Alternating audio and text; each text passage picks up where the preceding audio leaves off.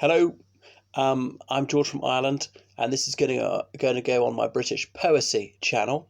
So this is a short poem by Hillaire Belloc, whose house I was outside the other day.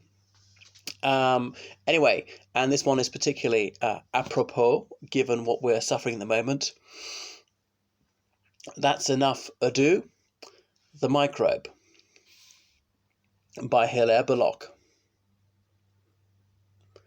The microbe is so very small, you cannot make him out at all, but many sanguine people hope to see him through a microscope. His jointed tongue that lies beneath 100 curious rows of teeth, his 7 tufted tails with lots of lovely pink and purple spots, on each of which a pattern stands composed of 40 separate bands, his eyebrows of a tender green, and all these who have never yet been seen. But scientists who ought to know assure us that they must be so. Oh, let us never, never doubt what nobody is sure about. So there's a bit of skepticism about science. It's aphoristic, this sonnet. Anyway, so I shall go over it. I remember what Mark Twain said about humour. It can be dissected, but it tends to die. Well, it's like a frog. Forgive me, that was his analogy. But the same could also be equally applicable to poesy. So talking about the microbe and his capitalized microbe, it is very small. You can never make it out at all. But many sanguine people, so they're optimistic and energetic, hope to see him through the microscope. When was he writing this? He died in the 1950s. He's born in the 1870s, I've got it right. So I'm not sure when he composed this. At certain times, I'm not quite sure how powerful microscopes were. Were they able to see these things? Certainly living cells could be seen since the 17th century, because Robert Boyle had a laboratory on the site of my college.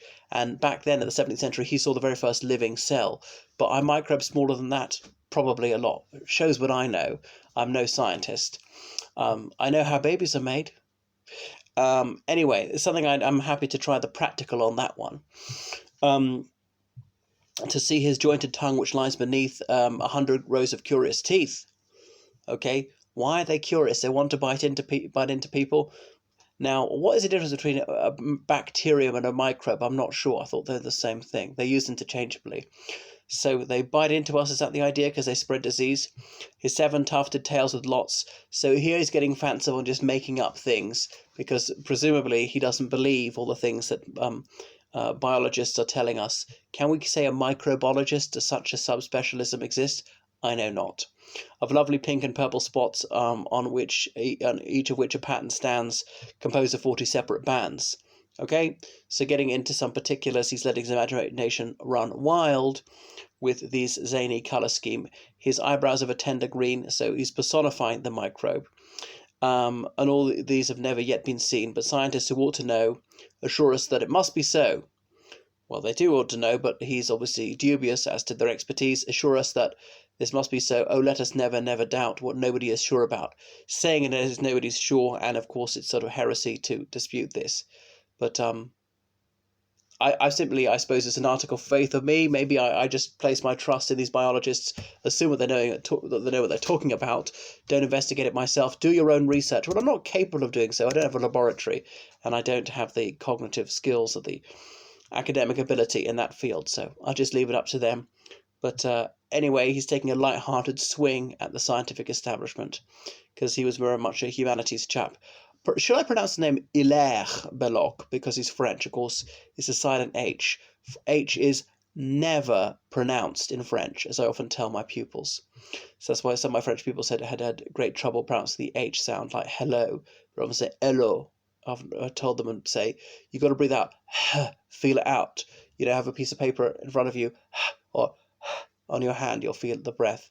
All right, that's enough twaddle from me. Toodaloo.